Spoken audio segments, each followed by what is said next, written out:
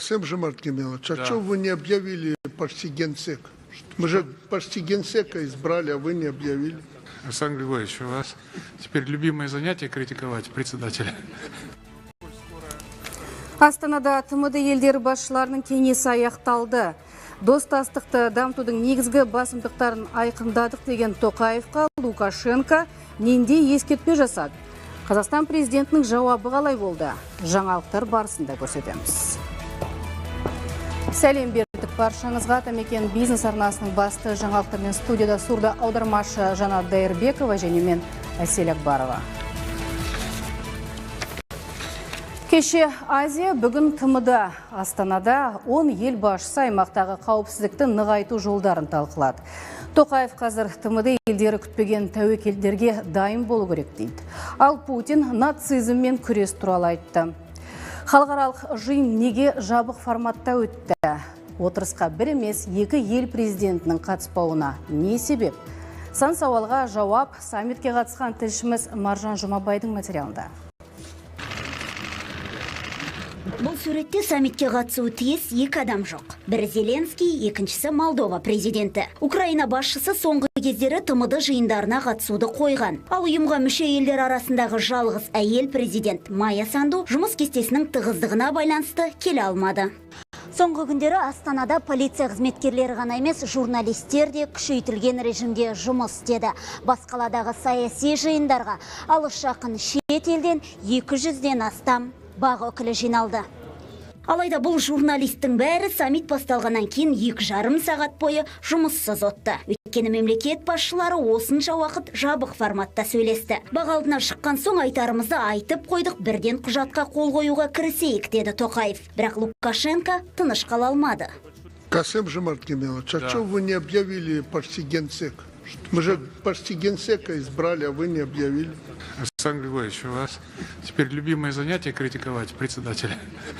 Беларусь президентінің айтқыза алмай отырғаны Сергей Лебедевтің лауазымының жоғарлауы. Ол енді ТМД кеңесінің атқарушы хатшысы емес, бас хатшысы. Лебедевтің өзі болса, оған аса мән бермегендей. Бастысы геосаяси жағдайды реттеу деп отыр. Ашық әңгіме болды. Барлық проблемалар көтерілді. Аймақта ушыққан жағдайды реттеу үшін көп жақты, әрі екі жақты байланыстарды дамыту керек. Украина мен Ресей арасындағы қақтығыс сөз болмаса да, Тоқаев қазір аймақтағы қауіпсіздік мәселесі бәрінен де маңызды екенін атап айтты. От нас требуется еще больше. Қазіргідей геосаяси жағдай ушыққан кезде өзара сенімді нығайтып, өңірдегі тұрақтылық пен қауіпсіздікті қамтамасыз ету үшін ТМД-ға одан көбірек күш салу керек. Сонымен қатар біз жаңа тәуекелдер мен қауіптерге ден қою үшін алдын алу шараларын жедел әзірлеуіміз қажет.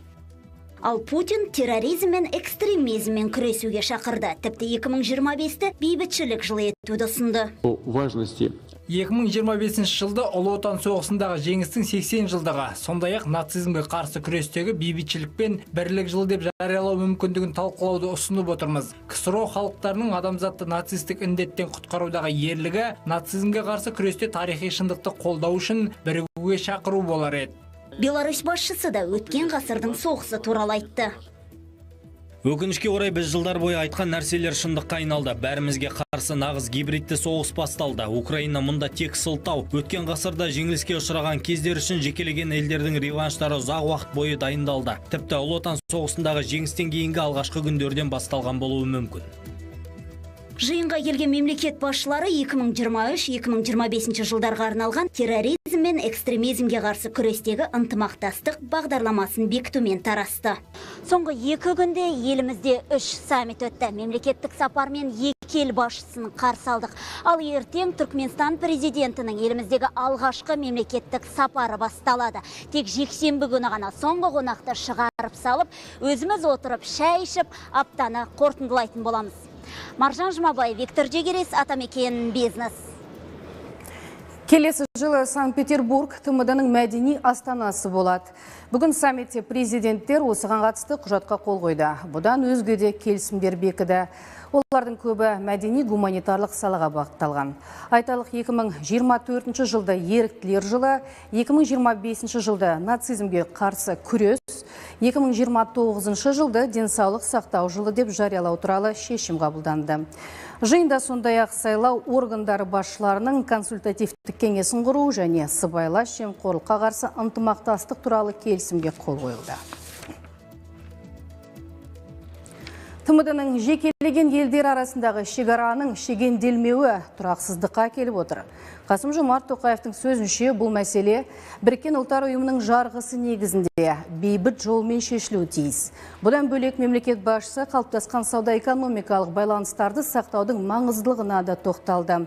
Бұл ретте сауда кедергілерін жою және протекционистік шараларға жол бермеу маңызды деді.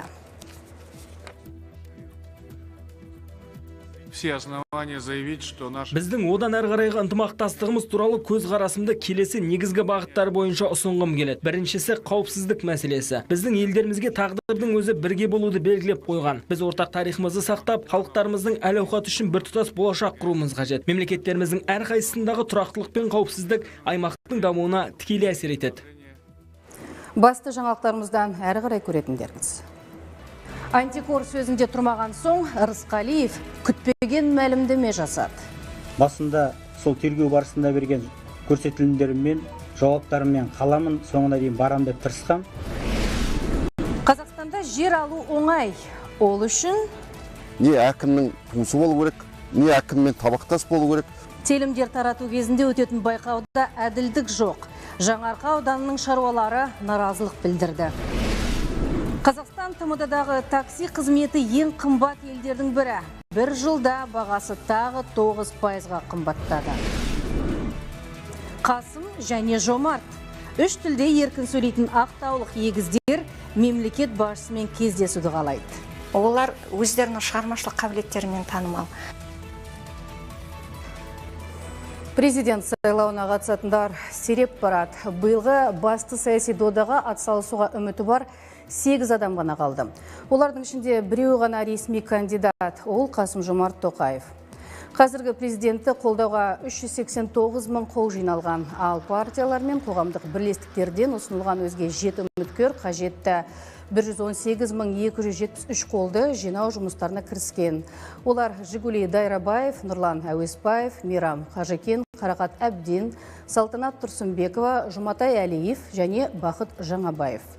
Партияның атынан түсіп отырған Дайрабаев пен Әуесбаев үшін 118 мың қолдаушыны табу оңайырақ болатын сияқты. Қолдау парақтарын тексеру 21 қазанда аяқталуы тиіс. Кандидаттарды іріктеу кезеңінен сүрінгендер Талғат Ерғалиев, Фатима Бизақова мен Хайрула Ғабжалилов. Олардың үшеуі де мемлекеттік қызметтегі 5 жыл өтілі болмағандықтан тіркелмеді. Ал Нұржан Әлтаевты ұсынған Мұқалмас қоғамдық бірлестігінің өз ішінен шығып, ақыры орталық сайлау комиссиясы үміткерді тіркеуден бас тартты. Қарсы куәлік етуге антикор өкілдері үгіттеді. 4,5 миллион теңге пара алды деп айыпталған Атырау облысы әкімінің экс-орынбасары Бақтыгүл Хаменованың сотында күтпеген мәлімдеме жасалды. Ақылбек Рысқалиевтің 10 айдан кейін ойын өзгертуіне не түрткі болды? Әріптесім Қымбат Дайырғыз айтып берсін. Облыстық мәдениет архивтер және құжаттама басқармасының басшысы Ақылбек Рысқалиев бұған дейін Бақтыгүл Хаменоваға қарсы куәлік етіп шендінің пара алғанын айтқан болатын. Ал кешегі сот отырысында ойын түбегейлі өзгертіп, бұрынғы пікірді айтқызуға сыбайлас жемқорлыққа қарсы күрес агенттігінің өкілдері мәжбүрлегенін жайып салды. Басында сол тергеу барысында берген көрсетілімдеріммен, жауаптарыммен қаламын соңына дейін барам деп тырысқам. Себебі мені тап солай инструкторжан өткізіп дайындаған антикор қызметкерлері осылай соңына дейін барсаң өзің үшін бәрі жақсы болады, қорғалу құқығы бар куә болып қаласың, жауапкершілікке тартылмайсың, бәрінен де босатыласың деген болатын. Менің бұған дейінгі емес, дәл қазір беріп тұрған көрсетілім нақты және рас. Процесс кезінде Ақылбек Рысқалиев антикордың толық дайындығынан өткесін Бақтыгүл Хаменоваға 4,5 миллион теңгені апарып бергенін айтты. Ал бұрынғы орынбасар ол қаржыны демеушілерден де бойлап алған екен. Кейін оны тиісті іс-шараларға бөлуге кіріскен. 10 ай бойы тергеу изоляторында отырған айыпталушы сот отырысында қуаныштан көз жасын көл қылып, шындықты айтуға бел буған Ақылбек Рысқалиевке алғысын білдірді.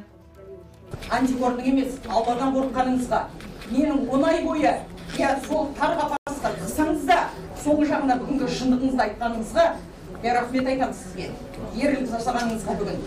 Тосын мәлімдемеден кейін сот үзіліс жариялаған. Одан кейін жалғасуы тиіс болған процесс ғимараттағы жарықтың сөнуіне байланысты 21 қазанға шегерілген. Айта кетейік, Бақытгүл Хаменова өткен жылдың аяғында Абай ескерткішін жасау және орнату кезінде 4,5 миллион теңге пара алды деп айыпталған болатын. Қымбат Айырқызы, Әзілхан Уахитов, Атамекен Бизнес, Атырау. Айыптаушылар менің кінәлі екенімді айғақтайтын бірде-бір дәлел келтірген жоқ.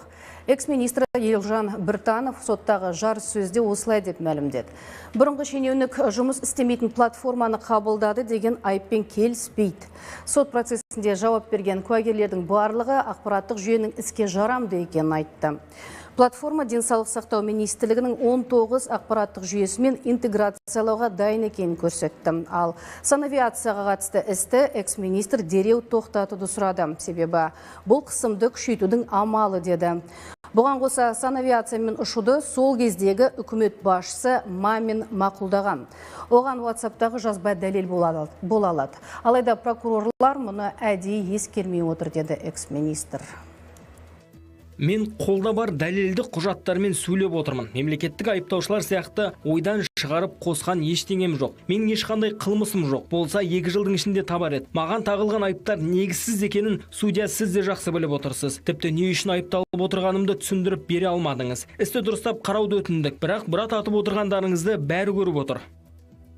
Айта кетейік, Біртанов сотына Мамин, Тоғжанов және Мусин сияқты шенеуніктер шақырылуы тиіс еді. Алайда судья Асқар Маминнің мекен жайы мен телефон нөмірін таба алмағанын, ал Ералы Тоғжанов іс сапарда жүргендіктен қатыса алмайтынын айтты.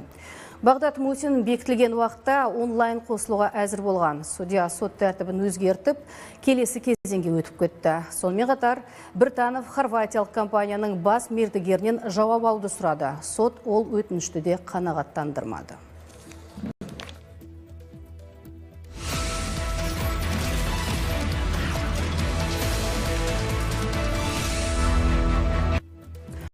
Досаев орныңды босат. Шыдамы таусылған алматылықтар бүгін осылай деп шу шығарды. Сөздерінше 5000-ға жуық тұрғын бір аптадан бері суық сусыз өмір сүріп келеді. Және бұл бірінші рет емес. Жақында ғана мемлекеттік бағдарламамен берілген тұрғын үйде су неге жиі өше береді? Әкімдік өкілдері не дейді? Тараптарды тыңдап қайтқан алматылық әріптесім Арнат Дүйсеннің бейнематериалында. Жұрт мегаполисте тұрса да қос қолына бөтелке ұстап ауласындағы су таситын көлікке күні қарап қалды. Суық судың өшіп қалғанына бір апта болған. Шай қайнатып ішуді былай қойғанда дәретханаға баруымыз қиямет қайым болды дейді тұрғындар.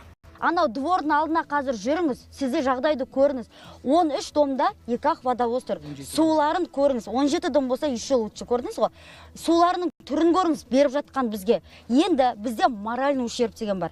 Ана жақта унитаздар жарылып жатыр. Оларды кім төлеп береді бізге? Және мынандай жағдай не үшін болып жатыр? Наурызбай ауданындағы бұл тұрғын үй кешеніне жапжаңа су құбыры 2019 жылы ғана жүргізілген. Құбырды қалалық құрылыс басқармасы қабылдап алған. Соңғы 2 жылда 25 рет жарылыпты. Оны әкімдік өкілдері растады. Шыдамы таусылған жұрт қала әкімі Ерболат Досаевтың кетуін талап етті. Орнынан кетсін Досаев. Мен соны қолдаймын. Досаев орнынан кетсін. Істейтін жігіттерге берсін орнын. Не отырып алып ештеңкемен ешқандай несі хабары жоқ. Аудандық әкімдік өкілі болса 7 күннен бері жөндеп жатырмыз деп ақталды. Айтуынша бір аптада құбыр 2 рет жарылған. Енді бұл проблема тағы қайталанбас үшін оны ауыстыратындықтарын айтты. 25 авария болды шамамен. Біз Наурызбай ауданы әкімшілігінің атынан ЧС жарияладық. Жаңа чрезвычайный ситуация, төтенше жағдай жарияладық. Трубаны ауыстыру бойынша қазір енді бүгінгі күні Жақыбаев пен Жүнісов көшесінің қиылысында бізде камера бар, сол жерден жоба жасадық. 1,2 километр темір труба салу бойынша. Құбыр ауыстыру жұмыстары бір аптадан кейін басталатын көрінеді. Оған дейін қазіргі құбырды жөндеп 2 тәуліктен кейін су береміз деп сендірді әкімдік өкілі. Арнат Дүйсен, Нұрлан Досмағамбетов, Атамекен бизнес арнасы, Алматы. Ал Өскеменде мемлекеттік бағдарламамен салған 43 үй ешкімге керексіз болып қаңырап бос тұр. Қараусыз қалған баспаналардың кейбірі тоналып, қайсы бірі өртеніп кеткен. Жаңадан тұрғызылды деген аты ғана, қазіргі түрі адам шошырлық. Осы жарамсыз болып қалған ғимараттардан мемлекетке 136 миллион теңге шығын келген. Кейпі әбден кетіп, жұлым-жұлым болған бұл үйлердің осылай тұрғанына 10 жылдан асты. Айналасын ағаш пен шөп басып, орманға айналып барады. Баспаналардың құрылысы 2008 жылы басталған болатын. Мемлекеттік бағдарлама аясында қазынадан 200 миллион теңгеге жуық қаражат бөлінді. Барлығы 113 үй салынып, оның 70-ін мемлекеттік қызметкерлер ипотекаға алған. Ал 43-і осылай қараусыз қалды. Қазір иесіз қалған ғимараттардың маңына жақындау тіпті қорқынышты. Бұл баспаналардың сапасы салынғаны соншалық қабырғасы өзінен өзі үгітіліп түсіп жатыр. Керектенілген құрылыс материалдарда өте жұқа. Қолыңызбен қозғасаңыз үй солқылдап тұр. Мұндағы халық әкімдікке күреп тастаңдар деген ұсыныстарында айтқан, алайда бос тұрған баспаналар үшін бас ауыртқан ешкімді көрмедік дейді. Халық қазынасынан қаржы жұмсалған дүниенің тоз-тозы шыққан, тоналғаны да көп. Сол үйлер енді алқан-салқан болып тұр. Енді соны қанша адамдар үйсіз жүр, соларға неге бермейді мысалы. Жоқ дегенде өздері түзетпенде болатын шығар. Қазір қалада тұрғын үй кезегін күткен 13.461 адам бар. Оның жылжуы да баяу. Жоғарыда аталған баспаналар ондаған жыл бойы қараусыз қалмаса, қаншама отбасының панасы болары анық еді. Қала әкімі бұл жайтқа қатысты мердігердің жауапсыздығынан бұл іс шала күйінде қалды дейді. Арада бірнеше сот өтті. Мемлекетке 136 миллион шығын келген. Қазір біз ол үйлерді жартай салғандай тұрған үйлердің барлығын тұрған жерлерімен бірге СПК Ертіске бердік. Ал Ертіс әлеуметтік кәсіпкерлік корпорациясының басшысы әзірге нақты жоспар жоқ екенін ашық айтты. Сондықтан бітпеген тұрғын үйлердің жағдайы қалай болатыны әлі белгісіз. Шығыс Қазақстаннан Жан Болат, Санез Атамекен бизнес арнасы.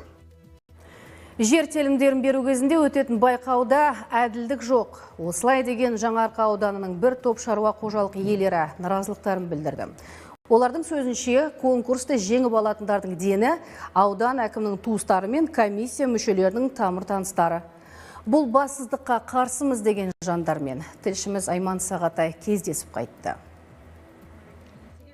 30-дан аса шаруа қожалық иегерлері Жаңаарқа аудан әкімдігі ғимаратында жиналды. Олар жылдар бойы ұлтарақтай жерге зар болып келеді. Жыл сайын жер телімдерін беретін байқауға қатысса да еш нәтиже жоқ. Міне мен 35 жыл тұрған жерімді мен ала алмаймын. Какой-то біреу келеді, бірақ күнде алып алады. Жаңағы магазиннің иесі, жаңағындай анау заправканың иесі солар алады, бізге берген жоқ. Маған айтады, қайда барсаң онда бар дейді. Екі кесе біріншісі қолыңнан дейді.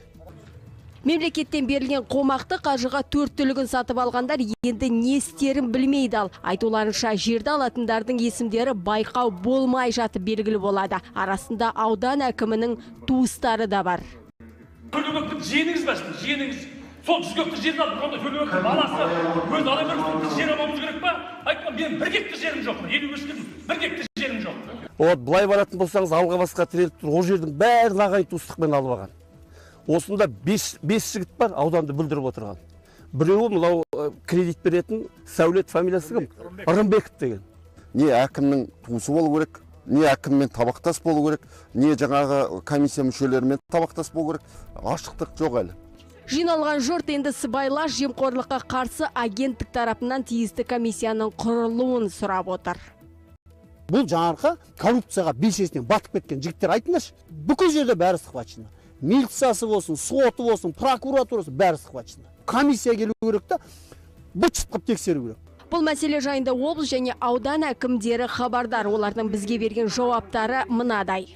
Егерде комиссияның жұмысымен келіспей, ол жерде заң бұзушылық деген болса, прокуратураға арыздануды ұсынамын. Өйткені жалпы мен облыс прокурорында оны хабарландырдым. Мен сол бойынша комиссия құратын болдым. Және де прокуратураға осы бүгінгі хаттаманы толтырып прокуратураға жіберетін боламын. Прокуратураға осының бәрін анық-қанығын комиссия жұмысын тексеріп, бізге анықтама беретін болады. Дегенмен шаруа қожалық иелері тексерістің әділ өтетіне сенімсіздік танытып отыр. Сондықтан биыл өткен жер телімдерін бөлуге қатысты байқаудың ақ қарасын тәуелсіз ұйымдар тексерсе дейді. Айман Сағатай, Дмитрий Обрак, Атамекен бизнес арнасы, Ұлытау облысынан. Жер мәселесін шешетін мемлекеттік органдар біріктіріліп, жаңа бір мекеме құрылады. Бұл бастама ауыл шаруашылығы жерлерін ұтымды пайдалануды қамтамасыз етуі тиіс. Сонымен қатар топырақ құнарлылығын, ауыспалы егіспен технологияларды да сақтап қалу басты назарда болмақ. Бұл туралы министр Ербол Қарашөкеев айтты. Оның сөзінше қазір жер қызметтерін біріктіру жұмыстары басталып кеткен. Егістік алқаптары цифрланып жатыр. Жаңа мекеме келер жылы іске қосылады. Министр бұл ретте шаруалардың салғырттығын сынға алды. Құнарлы қабат таусылғаннан кейін оны қалпына келтіру өте қиын. Ал бұл жер біздің балаларымызға, шөберелерімізге қалу керек. Өкінішке қарай әлі күнге дейін жерді құрметтемейтін, ауыспалы егістерді сақтап қалуға тырыспайтын, минералды тыңайтқыштарды жеткілікті мөлшерде бермейтін шаруалар бар. Елдегі қоғамдық кеңестер азаматтардың мәселесін билікке жеткізу керек. Кеңестің 3-ші республикалық мәжілісінде Бейбіт Мамраев осылай деді. Қазір халық қоғамдық ұйымдардың не бітіріп жатқан білмейді. Тіпті кей өңірде ұйым бар, бірақ жұмыс істемейді дейді ол. Жалпы елде республикалық және жергілікті деңгейде қызмет ететін 256 қоғамдық кеңес бар. Онда 4000-ға жуық адам жұмыс істейді. Бейбіт Мамраев қоғамдық кеңестердің құрамында білікті, саланы білетін, өңірлердің даму процестермен таныс, қылмыстан таза адамдар болу керек деп есептейді. Кез келген министрліктің жұмыстарын, функциясын қоғамдық кеңес өзінің мойнына алса, ол не деген қоғам болады? Түсінесіздер ғой? Өйткені қоғамдық кеңестің функциясы мүлде басқада. Проблеманы көру, проблеманы көрсету, мүмкіншілігінше сол проблеманы шешу жолдарын көрсету, ұсыну. Әйтпесе, ертең-ақ сол қоғамдық кеңес формальдық түрдегі бір тағы да бір қосымша бюджеттен қаржыландыратын мекеме айырылып кетуі мүмкін. Антикор орынбасарының Қостанай облысындағы халықпен жүздесуі көз бояушылық.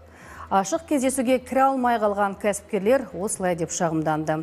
Олар сыбайлас жемқорлыққа қарсы іс-қимыл агенттігі төрағасының бірінші орынбасары Дмитрий Малаховқа аймақтағы біраз былықтың бетін ашып айтқылары келген. Бизнес өкілдері мен тұрғындардың көкейтесті мәселелері талқыланатын жиынға біздің телеарнаның аймақтағы тілшілері мен басқа да журналистерді кіргізбей қойды. Атамекен кәсіпкерлер палатасының өкілімін деп таныстырған ер адам бақ өкілдеріне тізімде жоқсыңдар деп тұрып алған. Ал шын мәнінде палатада мұндай адам қызмет істемейді. Нет, зачем вы обманываете? Скажите фамилию, кто вы вообще? Павлинов Петр Игоревич. Откуда? Аппарат Акима области. А что говорите, что с Атамекеном? Ну, вообще же не связано с Атамекеном. Организаторы, мы тоже присутствуем. А Но вы же не с Атамекена же. Ну зачем вы изначально брали? Ну, бейджик такой дали, все. Я Дощанова. Осылайша халық үніне құлақ асатын мемлекет тұжырымдамасынан еш нәтиже болмай тұр. Шенеуніктердің қарапайым жұртпен кездесулеріне сүзгіден өткір мәселелер қозғамайтындар ғана кіруде.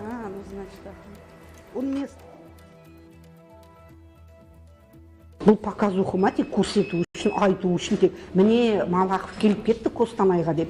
Ол бізге керек емес ондай келген. Бізге керек маған келсін, ол мен ғой.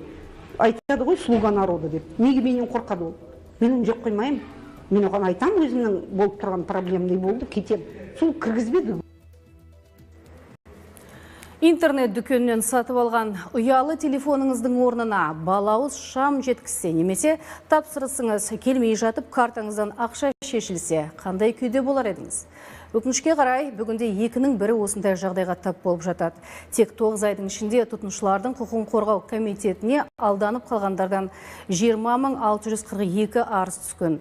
Бұған онлайн сауда ұйымдастырып беретін маркетплейстерді кінәлай аламыз ба? Алаяқтардың көбеюіне не себеп? Сымбат Серікқызының сюжетінде. Ақнұр Мырзатаева бар мәселесін интернет арқылы шешуге үйренген жастардың бірі. Үстіне киетін киімін, ұстайтын телефонын, тағатын әшекейлерінде онлайн дүкендерден тапсырыс беріп алады. Тек жақында осы әдетінің кесірінен маркетингтің құрбаны бола жаздапты. Мен осы Вайберс арқылы бірнеше жыл болып қалды тапсырыс беріп жүргеніме. Көбінесе осы бет тазартатын мубашканы заказ беремін, өйткені ол басқа жерде сатылмайды. Сосын осы жақында тағы да заказ беріп көргем. Ал менің заказым қабылданбай қойды. Бірақ қабылданбағанның өзінде картамнан ақша алына бастады. Тоқтамай. Сосын не істерімді білмей бекітілген картаны алып тастадым. Ақнұр секілді тұтынушылардың құқығын қорғаумен айналысатын мамандар адамдар тапсырыс берерде бір нәрсені ескеру керек дейді. Ол ақшаңды аударып жатқан сатушының деректері. Соңғы айда ғана 30 адам алаяқтарға алданып бірлестік көмегіне жүгінген. Ал бір жыл ішінде олар 6 миллион теңгені қайтаруға атсалысыпты. Сатушының аты жөнін білу керек. Сатушының қай мекемеде жұмыс жасайтынын білу керек. Содан кейін ол сатушының иінін алу керек. Сонда ғана бұлар соны сұрамайды, ақшасын жібереді, бізге арызбен келеді, кімнен алды десе атын ғана біледі. Жалпы елімізде маркетплейстер соңғы 2 жылда кең етек жая бастады. Мәселен, ресейлік Wildberries компаниясының Қазақстанға келгеніне 1,5 жыл ғана болса да, сауда нарығында хитке айналған. Оны үйрететін арнайы ақылы курстар да бар. Тұтынушы көбейген сайын сатушы болуға да сұраныс артатыны сөзсіз. Кейде болады, мысалы, біз товарды салады, кейбір продавецтер, мысалы, сатушылар салады, неге маркетплейсқа салғаннан кейін ол товарға заказ түседі, но аяқта оптовиктен таппай қалып, кейбір адамдар басқа зат салып жүруі мүмкін. Бірақ бұл жерде ол бағана сатушының кінәсі деп айтуға болады, Wildberries'тің ол жақта ешқандай кінәсі жоқ. Но егер сіздер, мысалы, бағана дұрыс товар салмасаңыз, ол жақта сізден штраф салады. Алаяқтарға тап болмас үшін міндетті түрде сатушының маркетплейстегі жұмыс өтілі мен рейтингіне де мән беру қажет. Ал өткен айда Wildberries желісінде сауда жасаймын деушілерге бірнеше талап пайда болыпты. Енді сатушы болу үшін қосымшаға 80 мың теңге төлеп тіркелу қажет. Сондай-ақ тапсырыстың қайтып келген жағдайда айыппұл төлейсің. Сондықтан онлайн саудамен бұрыннан айналысып жүргендер, жалған саудагерлер енді біріндеп жойыларына сенімді. Сымбат Серқызы, Айман Сағатай, Ерлан Сарманов, Атамекен Бизнес. Еліміздегі такси қызметін ұсынатын компаниялар қаңтар мен тамыз аралығында 3 миллиард теңге табыс тауыпты. Өткен жылы бұл көрсеткіш 2,8 миллиард болған. Табыстың артуына негізгі себеп такси бағасының қымбаттауы. Биылдың өзінде қызмет құны 9%-ке өскен. Такси қызметкерлері болса, нарықта бәрі қымбаттаған тұста такси бағасын қалыпты ұстап тұру мүмкін емес дейді. Көпшілік құп көретін такси қызметін ұсынушы компаниялардың шетелден келуі де бағаны өсіріп отыр деген ойда бірқатары. Ал халықтың берер бағасы әртүрлі. Жаңа бір остановка мендік 600 теңге алды. Сіздің ойыңызша қымбат па? Конечно қымбат. Таксидің бағасы жақсы баға. Болады. Ешқандай несі жоқ. Час-пиктің уақытында кешке қарай, азанда жұмысқа баратын уақыттарда, сол уақыттарда қымбат. Білмеймін, айта алмаймын. Онша таксимен жүрмін, автобуспен жүремін. Еріккеннің ермегіне ермес үшін анда-санда еркелетіп тұру керек. Жамбыл облысындағы мектептер ата-ана мен оқушыны байланыстыру үшін еркелету сағатын енгізіп отыр. Яғни күнде кешкі 8 бен 9 арасында ата-ана ұл қызын еркелетіп, жылы-жылы сөздер айтуы тиіс.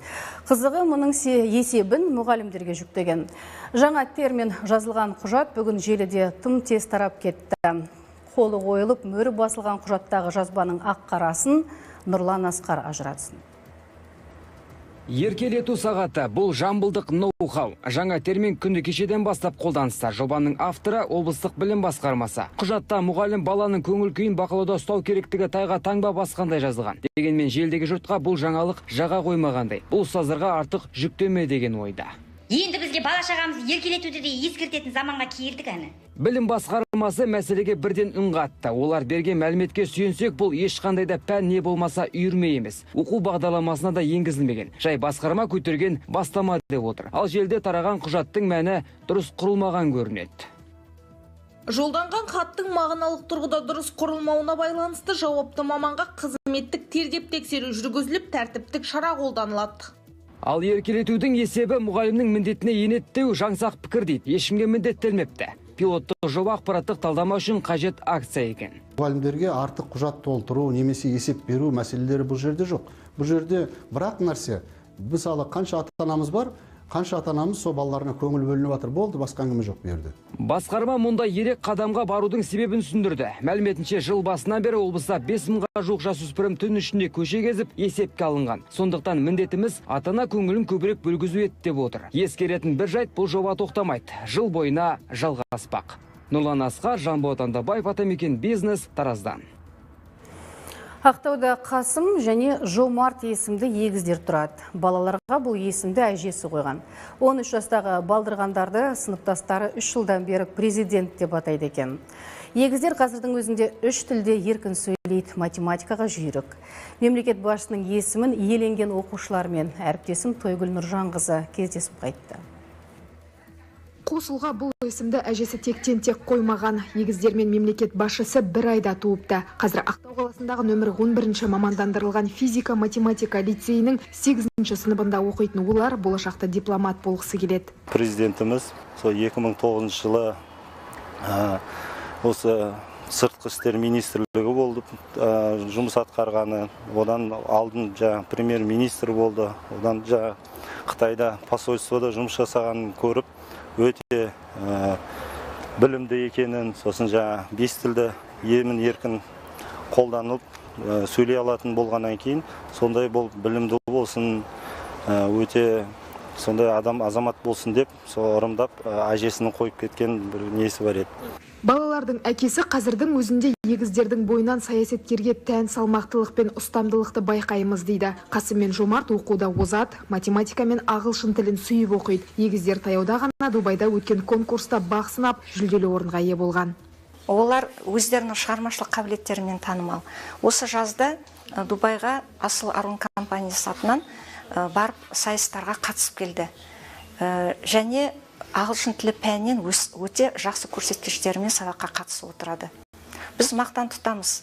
Қасым мен Жомарт отбасындағы тұңғыш перзент. Егіздер ағылшын тілінен бөлек француз және Қытай тілін үйренуге күш салмақ. Ақтаулық балалар мемлекет басшысы Қасым Жомарт Кемелұлымен кездесуді қалайтындарын да жасырмады.